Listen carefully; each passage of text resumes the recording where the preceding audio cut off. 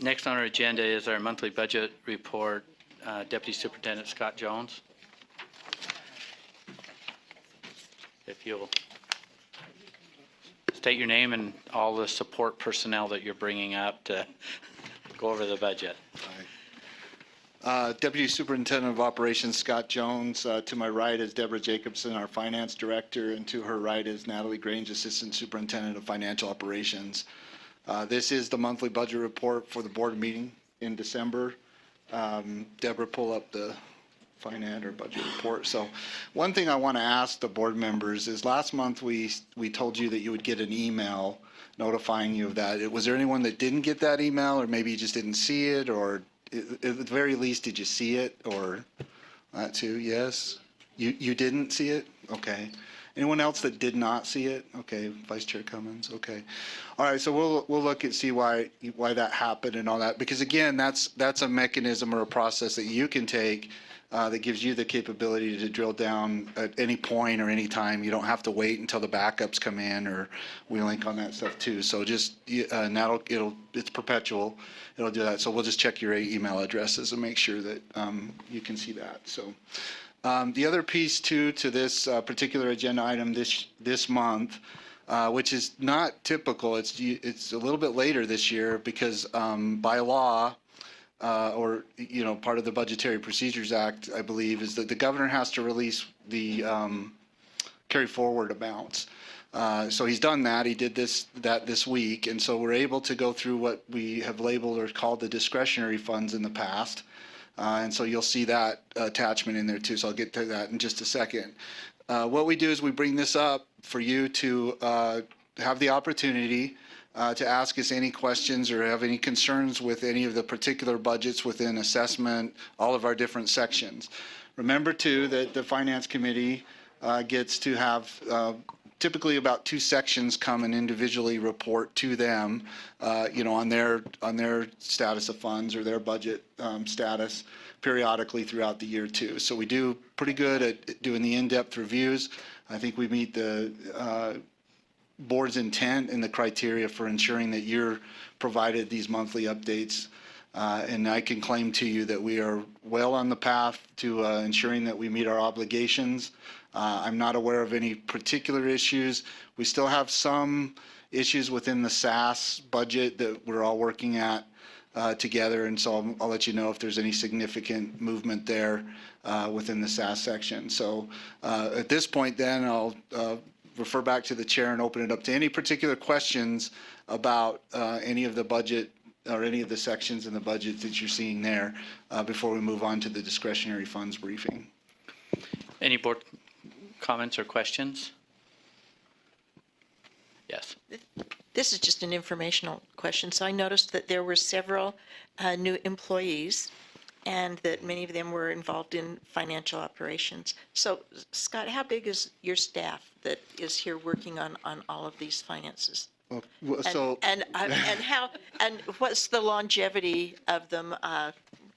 Can you just kind of give me an overview of your department? Yeah, we've so and Natalie can jump in here too. So first and foremost, we combined 2 previous sections of this organization: school finance and internal accounting. So they're one, and they are the financial operations section. There has been significant turnover, I would say, over the last couple of years. There's been some retirements, there's been some corrective actions, there's been just a combination of things. So there's not really one particular reason why there's been a lot of turnover, but now, and what we also did too is we identified particular positions that we reclassified to ensure that we had the level of knowledge and experience in addition to those who are still here, because their knowledge and experience is priceless, and we love the fact that they still continue to work with us. But we've increased, so the amount of personnel is how many now? It's total personnel between the 2 teams. Right, so there was 19 in internal accounting. Yeah, so because we include purchasing too. So. And school finance, I think we have 5 or 6 people right now. Over the past year, we've had about 8 vacancies. We're between retirements and other actions. So we've finally got around to finding people and being able to hire those individuals, which has been a great help to all of us. In the last month, we've actually felt it. It's been great. So a lot of those are vacancies or replacements. Zach, of course, you know, Brad tendered his resignation and left about a month ago. Zach is his replacement. Jim, that we introduced, has replaced someone where the position has been vacant for how long? Yeah, almost a year. A year, I mean, at some least. of the accounting positions we've had have been vacant I could for over get a you year. the total count. I think it's around 34 to 40. I can't remember But with all I'll the verify purchasing that folks. for you, and I'll give you a roster tomorrow in the Finance Committee meeting. It's a great question. I did want to take that opportunity, though, to say that, you know, we did a lot of gap analysis, and we did identify gaps, particularly in procurement. So now we've got a great combination of the manpower that's necessary in there to cover down on all the agreements and all of those parts, too. So hopefully you're seeing a lot of improvement in what you're seeing in the consent calendar and the tracker and how we get that information in front of you and all that too. I have got some initial feedback on Zach and Faye and John and procurement and things saying, you know, great stuff so far. So we're working hard for the sections on that too. So.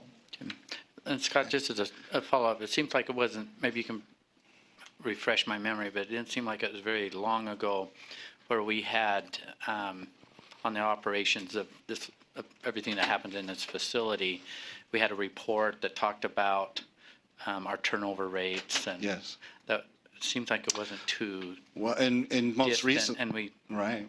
were And like within the norm of a government. Yes, sir. Most recently, it's the legislative audit of the programs that came out. Vice Chair Elisa Ellis was there with me, and that was one of the key pieces they brought out. But they also commented on there too that we've made significant progress in getting into better systems and hiring more personnel within the financial operations section. So yeah, absolutely, sir. There's always been a lot of turnover in that section. Most recently, you know, within the last couple of years with all the change and stuff that we've done. But I'm confident going forward that we have all the right people in the right places. And again, kudos to those still around with us. You know, their institutional knowledge is huge. So, Okay, thank you. Not seeing any other questions, so okay. please So continue. if we could move to the discretionary funds tracker.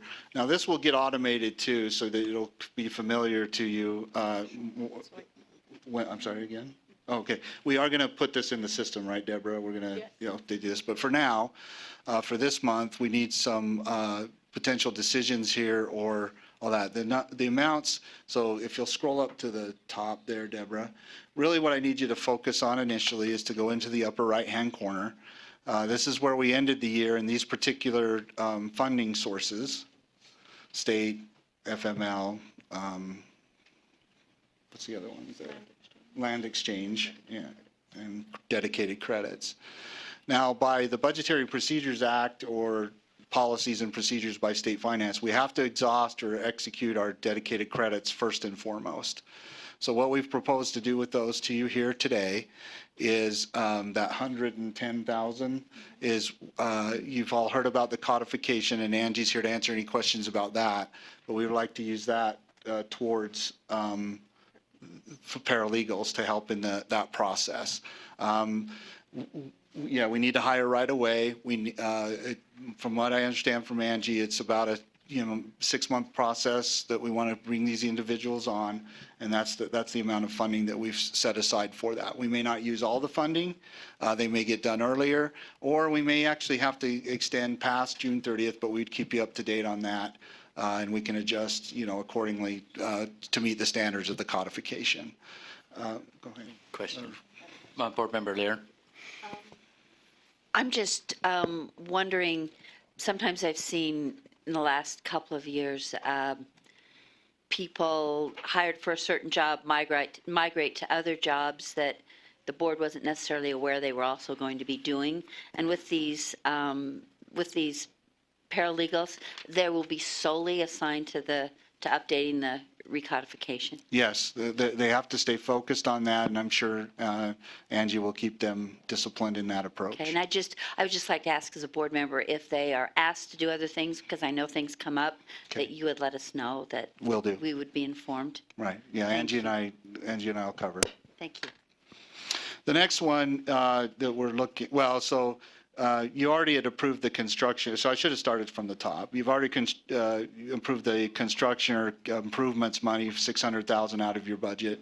The paralegals we just talked about. The next one is the early retirement stipends. That's a program at $8,000 each. 9 people, was it 9? Yeah, 9 people took the opportunity to retire early, so they'll be paid $8,000 each. That was talked about and approved in a previous meeting. In the consent calendar was the DTS MOU. That's an agreement because they're a state agency. Mike Bell did the legal analysis or did the legal opinion on this, as it's a good agreement.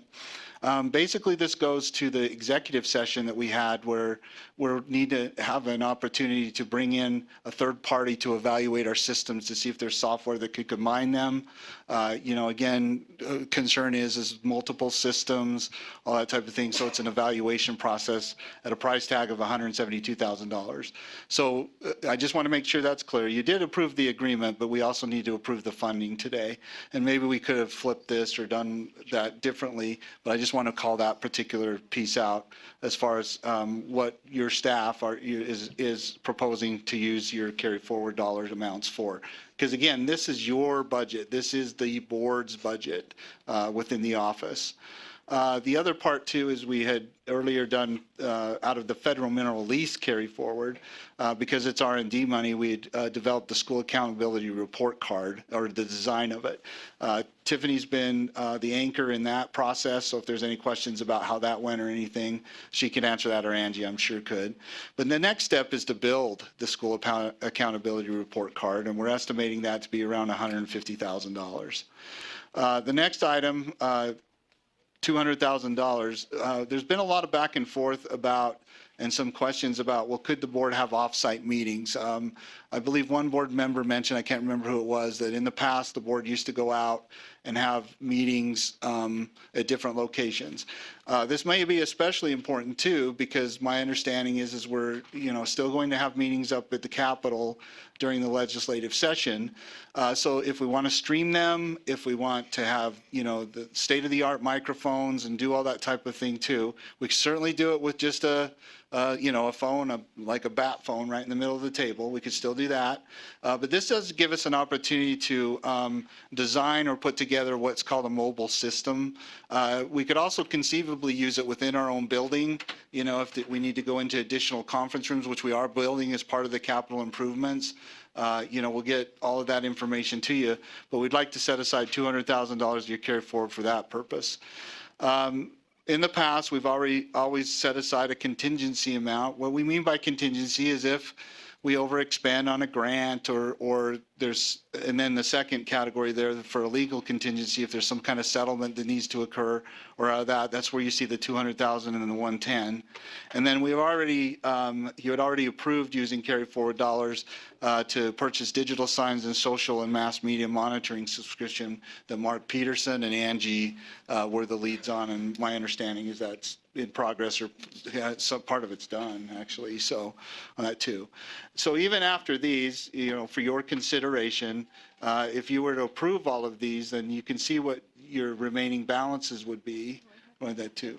Yeah. So she hasn't moved them yet, but there would still actually be money in these particular categories for you to have available. And I talked to Vice Chair Cummins about the process. And you don't have to, some of these are really close. Like, for instance, going back to the paralegals, we want to get started on that codification right away. So we're asking for you to at least do that piece. The school accountability report card is essential too. The mobile side meetings and things like that, if you want to think about that a little bit more. But keep in mind, though, we are moving towards the legislative session. And if we compact that time schedule, because you want to, wait till January maybe to think about this and all that too, it might be difficult to get all that equipment in for that first week or, of the meetings. The contingency amounts, so if they're contingency and nothing happens, they're always yours there anyway. So the two really, or actually three really close items right here, right in front of us are the DTS MOU, the school accountability report card, and the codification amounts. So once, depending on how you go today, after a discussion or whatever, then we would obviously adjust the balances and come back to you because it's a perpetual process. Now, some of the procedures are that once these are backed out by the whole board, you can turn it over to the finance committee to come up with recommendations on how to use the rest of the money, and we can go from there. Or I can just every month come back to you. As long as we have a plan and we're doing it, we don't have to rush. But as long as we have a plan and we're coming back and you're doing the balances too, because we do report to you every month from here on out, what's been expended and what projects are completed and different things like that. So, Chair, I'll turn it back over to you for any questions or concerns related to my briefing on the discretionary funds of the board. Okay, well, I've got Board Member Hanson, and then Okay, I got one question for Scott and one question for you, Mark. So Scott, I'm looking at the early retirements. If we only had 9 people who were early retired, then that would leave 8,000 in there. 72, right. Yeah. So can we move that to somewhere else? Absolutely, yes. Okay. Yeah, so we'll, Unless you anticipate somebody else will take advantage of and it, or that's- we're done there? That's what we did. We just want to make sure we had the placeholder there too, but 9 came in, so we'll adjust the 80 down to 72. Okay, Yeah, thanks. 72. you And- question for me. And question for you. So since I've been on the board, we've been talking about maybe going out to a couple of different places and having board meetings somewhere else in the state, but we haven't ever done that. And so what's the best way to talk about that? Is that something that we need to bring to board leadership, or is that something we need to bring up with the calendar? But, everybody talks about it, but we really never, discuss and take action on it. Yeah, and if I can, my comment on this, one of the reasons we haven't has been because we're limited on our communications. And do we go to a place that we have that we can turn on and use their existing systems or not? It's been a little bit of a deterrent, and I'm personally not opposed of. I mean, we need to really take care of most of our meetings here, but if we chose to go to different areas of the state, and that's really on the calendaring side of things, if somebody wants to try to amend a calendar or something and give a suggestion. And I don't know, except that someone has suggested that if we go to somewhere that has a college, like Snow or Dixie or somewhere, if we meet at those places, we could use their communication systems and we would be able to do it that way. And it's fun to tour around the state, but it's better to tour around or make sure there's a purpose behind it. Right. Because we have a lot of resources here and our staff, and they would probably follow us as we're moving forward. And so if there's a good opportunity to be someplace else, then we could probably do that. Deputy Superintendent Jones. Right, the logistics of meeting someplace else is pretty intense. I mean, I think we can all recognize that. We just put this in front of you just for your consideration. It's not you have to do or anything like that. It's Well, just, because others have brought that up. We're just asking for that consideration. And so. and I support that because there are times when it's very difficult for us to function even with what we have. Here we don't have if this Right. system failed, we have our backup system to work with, and we can use it in, like I Right. say, other rooms and that. And we'll, if I may, we'll Yes. bring more designs and stuff for internally here too, with you too. This again is just because we're so close to the legislative session and because there's been questions about, hey, can we do these remotely or, move out? We just wanted to make sure that, we do have capability, but it would cost money to do that. And it really just depends on how sophisticated of a system you want. Is it necessary to have all of that all the Star Wars gear up at the legislature? No. We can do the bat phone, and have it that way too. But, I just want to make sure that, there's options always. So, Can you speak to what we're looking at doing in here? Yeah, Right now, so- while we're just on this subject, and then we'll get Right. to. Mine's in relationship. So Yeah. I've been working with Jared Felt and Jerry Record in IT, and I'd sent some initial designs and stuff to the chair on that too. But basically, we're advancing our board meetings into the 2017 era, right? I mean, these microphones are great and all that too, but they can also pick up some cross chatter and doing all those types of things too. The chair would have much kind of a similar process to what you see at the legislature, where when you want to talk as a board member, you hit your light, but then it comes in order, right? So then he knows who came in first and all of that too. But we're not also looking at that in here. We're also looking at Basement West to redesign that. For instance, we probably have maybe, depending on how much we're allocated for that purpose of funding, we'd have microphones in the ceiling, which is very effective, runs meetings better, picks up voices better, especially for those who are outside of, aren't physically here, and they're streaming and doing all those types of things too. So our plan is for the January meeting to put together that package and bring it to Finance Committee. But I just wanted the chair to see some initial designs and all that too. And we'll have Jerry and Jared come and speak to it in more detail about what it would mean, what it would look like in each one of the different conference rooms. So in January. Yeah, so we're working on that right now. Vice Chair Ellis. You touched on my concern. I get concerned when we're talking about taxpayer dollars Sure. ultimately, and then we start Absolutely. saying state of the art. And if we could find something that would meet the needs, but not necessarily be every bell and whistle that we most likely Okay. would need or use, Right. that would be right. And if I may, the amount of that we've asked for there doesn't mean we're going to go and have to unnecessarily spend that amount. Your staff are very good about saying, okay, this is what right looks like. We don't have to go get the Cadillac. We can get by with, I don't know, a Toyota truck or something, on that too. I don't know. Oh, that might be, well, I know. I'm just saying. Only if it's Okay. made in Nebraska, What? right? Well, do you drive a Toyota truck, sir? So, yeah. Okay. That's good, though. It's middle road, so, okay. Well, Sorry, yeah. I'll write my own letter of reprimand, so. we're deflecting. We're You can sign it, sir. I gotta sign it too. All right. we're deflecting a little bit from where we're at, but I know, I I don't always think we're do going to that. go over the top. But it's just got to be a functioning system, and Yes. what I've seen Yeah, preliminary. we're understood, absolutely understood. We do our due diligence, we really do. So where we're at today, board members, is we have this before us. There you see what's in yellow, and it takes an action item to put it over to the approve, and then we'll be updated on that spending as it happens. But Right. this is our budget, and I'm very grateful for the contingencies that are still there. So. We just want to make sure, too, that you're always afforded the most opportunity, because it is your budget to look at it.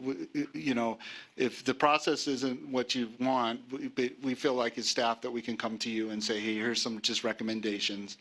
We can certainly adjust and all that, too, if, they're not approved. But this is what's in front of us right away, and we had to wait until after legally the governor released the carry forward dollars. And so then I will close on this, and again, subject to further questions or discussion, with the fact that now you're going to see budgets jump. Like we've been telling you since the first of the year, is that you're going to see the adjustments because they're going to load these in on that. And I had forwarded an email to just the Finance Committee members that kind of outlined, in Finance how that's done and all of that too, just for their situational awareness. So Okay. we're tracking. Thank you. Vice Chair Brittany Cummins. So is now an appropriate time to take action on some of these? I'd accept a motion. Okay. I move that we approve the $110,480.17 for paralegals for codification. Do I have a second? I have a second. Any further discussion? Seeing none, let's vote. All in favor, say aye. Aye. Those opposed? Voting was unanimous. Please continue. So. I move that we approve 150,000 for the school accountability report card build. Yeah, that's fine. We have a motion and a second. Any further discussion?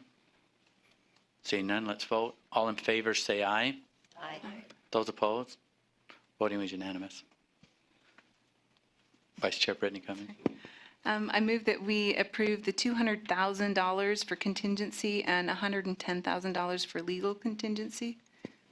Second. We have a motion and a second. Any further discussion? Seeing none, let's vote. All in favor, say aye. Aye. Those opposed? Voting is unanimous. So there's a couple recommendations that are still on the table. There's the DTS MOU. DTS MOU. Yes. Vice Chair Brittany Cummings. I do have a question regarding that. What is the time? I know you mentioned it. I know you explained it, but it's not here anymore. Sorry. Okay.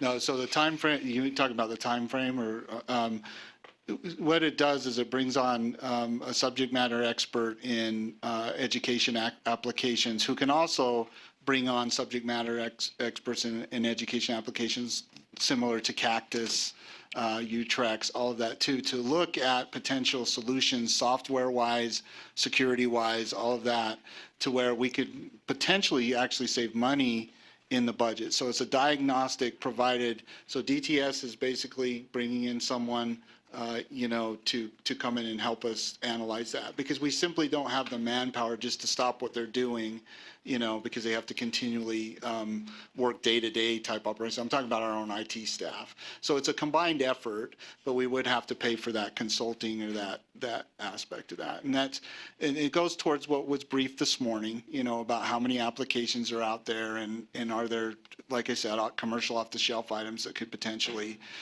increase security, but then also efficiency and data within those systems. So, and Natalie has a question or comment. Natalie. I was just going to let you know that Mike Bell has indicated that what was approved, I believe this morning, was the initial statement of work. We still have to execute an interagency agreement, so Right. it's likely that you'll still see that at the next board Yeah. meeting.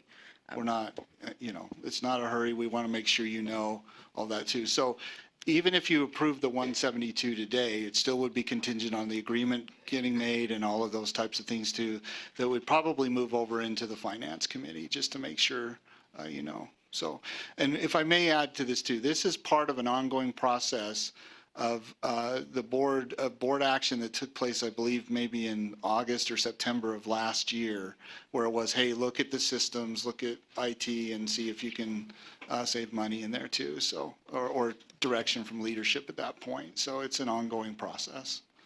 Vice Chair Brittany Cummings. Okay, I move that we approve the 172,000 for the DTS MOU. Do I have a motion and a second? Any further discussion? Seeing none, let's vote. All in favor, say aye. Aye. Those opposed? Voting is unanimous. Is there any, I think that can, There was the mobile audio video for offsite meetings for consideration, sir.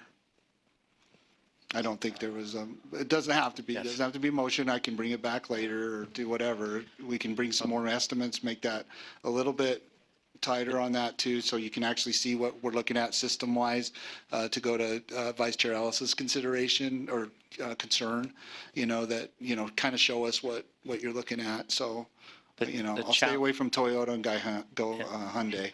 the So I'm challenge, just the challenge is we're wanting to get this procured really quick. Yeah, If we that's put the it off for time another frame. month. Yeah. And so It depends if on what leave you it up to want, le- but the let leadership legislature. still do those evaluations with Right. staff. I We'll do think it. We'll be okay. Right. We can come back. You can just do it contingent upon the bids and the items that we do that. We'll control it. Okay. Board Member Stokes. I'm going to make a motion to approve the mobile audio, video, and off-site meetings. I'm going to make this motion knowing that you're going to use your best judgment. I mean, I don't particularly care about going mobile because it takes us takes a lot of staff places, and the legislature going up there. We could just soon do those meetings here, but I mean, we're dealing with not state-of-the-art equipment here, Yes, and And- it needs to be done. yes, sir. And, you can plug your computer in for 3 hours before you figure out that the extension cord isn't plugged into the floor.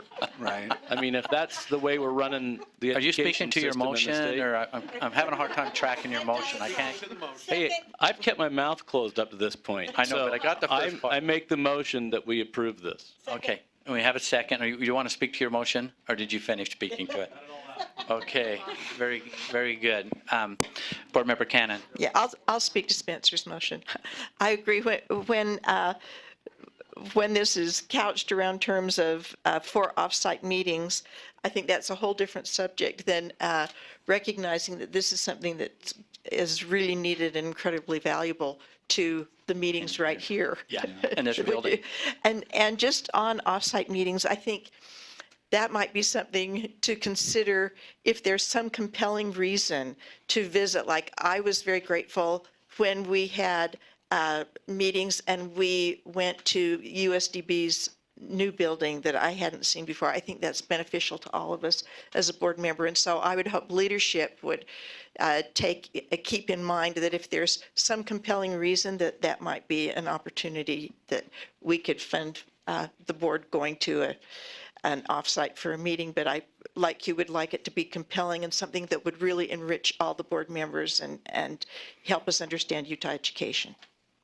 Okay, Board Member Hanson. And that's what I was going to say. There are reasons beyond, yes, we can go out and visit our own districts, but some other districts have children and situations that are valuable. I've been out with Sid. We've seen a lot of things that we don't see sitting here in this room that I think would be valuable for all board members. And since Sid's been out and about all these places, I think that she could probably guide us to some things that she'd like us to see. So those are one of the things, so I'll vote for it, but I just think it's something we consider. I think it would be valuable for all of us. Sometimes we get kind of a little narrow view based on what our own district is like when there's really a wider view out there. Okay. I'm not seeing any other comments, so let's vote on Spencer's motion. All in favor, say aye. Aye. Those opposed? Voting was unanimous. I think that, Yep, and so from here on out, Concludes every the month, action. we'll provide you updates and make sure that you're always aware of what we're doing and the bids that are coming in and all that, so thank you. I believe that concludes your report. Yes, monthly budget Thank you. report's At this time, we're going to go on our 10:45 break at 11:05, so if we can make it about 10 minutes. And then who's on deck after the break is Vice Chair Joe Wright. Okay. 10 minutes.